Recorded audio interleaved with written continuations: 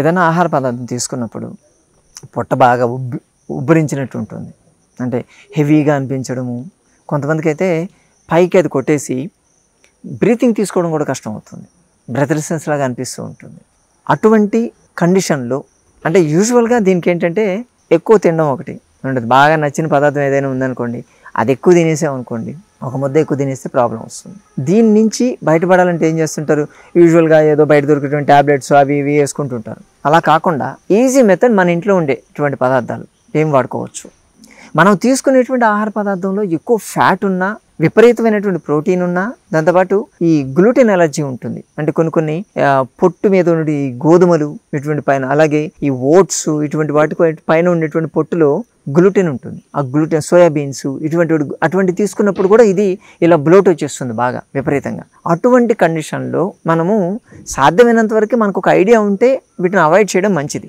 రెండోది, ఆ టైంలో ఏమీ లేదు, మనకు గ్లూటెన్ అలర్జీ ఇటువంటి ఏమీ లేదు, అది ఒక ముద్ద ఎక్కువ తినడం వల్ల మనకు వచ్చేసింది అని మనం కానీ ఫీల్ అయితే అప్పుడు మనం చేయాల్సింది గోరువెచ్చని నీళ్ళలో కొంచెం నిమ్మకాయ పిండేసి సిప్ బై సిప్ తాగుతూ ఉండండి మెల్లగా. అంటే తినగానే, ఫుడ్ తిన్న వెంటనే చేయగలిగితే గ్రాడ్యువల్గా మీకు ఆ బ్లోటింగ్, అంటే యూజువల్గా బ్లోటింగ్ వచ్చేది గ్యాస్ ఫార్మేషన్ వల్ల. వేడి నీళ్ళు మనం తాగుతున్నాం కాబట్టి ఇమ్మీడియట్గా సబ్సైడ్ అయిపోతూ ఉంటుంది. దాంట్లో మనము నిమ్మకాయ పిండుతున్నాం, నిమ్మకాయ పిండితే అది లోపలికి వెళ్ళి ఆల్కలైన్ అవుతుంది.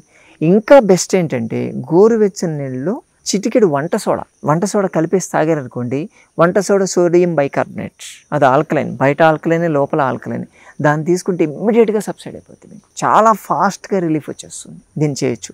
అలాగే కొంచెం తిన్న తర్వాత మరి అలా అనిపించింది అనుకోండి, ఒక అరగంట వాకింగ్ చేయండి మెల్లగా స్లోగానే. అదేదో వెయిట్ రిడక్షన్ చేసినట్టు పరిగెత్తమని చెప్పట్లేదు, నార్మల్ వాకింగ్. ఇంటి ముందు వరండా ఉంటే వరండాలో కానీ, లేకపోతే పెద్ద హాల్ ఉంటే హాల్లో కానీ అటు ఇటు మెల్లగా వాకింగ్ లాంటివి చేస్తూ ఉంటే జీర్ణక్రియ అనేది కొంచెం ఫాస్ట్ అవుతుంది. దీన్ని చేయొచ్చు. ఇంకా ఎప్పుడైనా సరే నాన్ వెజ్ తిన్నారనుకోండి, నాన్ వెజ్ తిన్నప్పుడు చాలా హెవీ అనిపించింది అనుకోండి, ఆ టైంలో కూడా అప్పుడు కానీ కొన్ని వెజిటేరియన్స్ స్వీట్స్ ఇటువంటి ఏదైనా పడ్డప్పుడు కానీ, ఆయిలీ ఫుడ్ ఎక్కువ తీసుకున్నప్పుడు కానీ మన బాడీలో బ్లోటింగ్ లాంటి ప్రాబ్లం వచ్చిందనుకోండి, అప్పుడు మీరు చేయాల్సింది పెరుగు, బాగా పులిసినటువంటి పెరుగు, పుల్లటి పెరుగుని కొంచెం నీళ్ళలో కలుపుకొని కొంచెం తాగడం కానీ, లేకపోతే డైరెక్ట్గా పెరుగు తీసుకోవడం కానీ చేయొచ్చు. ఎందుకంటే అది ప్రోబయోటిక్, మన బాడీలో ఈ గ్రీన్ బ్యాక్టీరియాని యాక్టివేట్ చేస్తుంది. యాక్టివేట్ చేస్తే ఏమవుతుంది, డైజెషన్ ప్రాసెస్ అనేది కాస్త ఫాస్ట్గా అవుతుంది. ఇది చేయొచ్చు.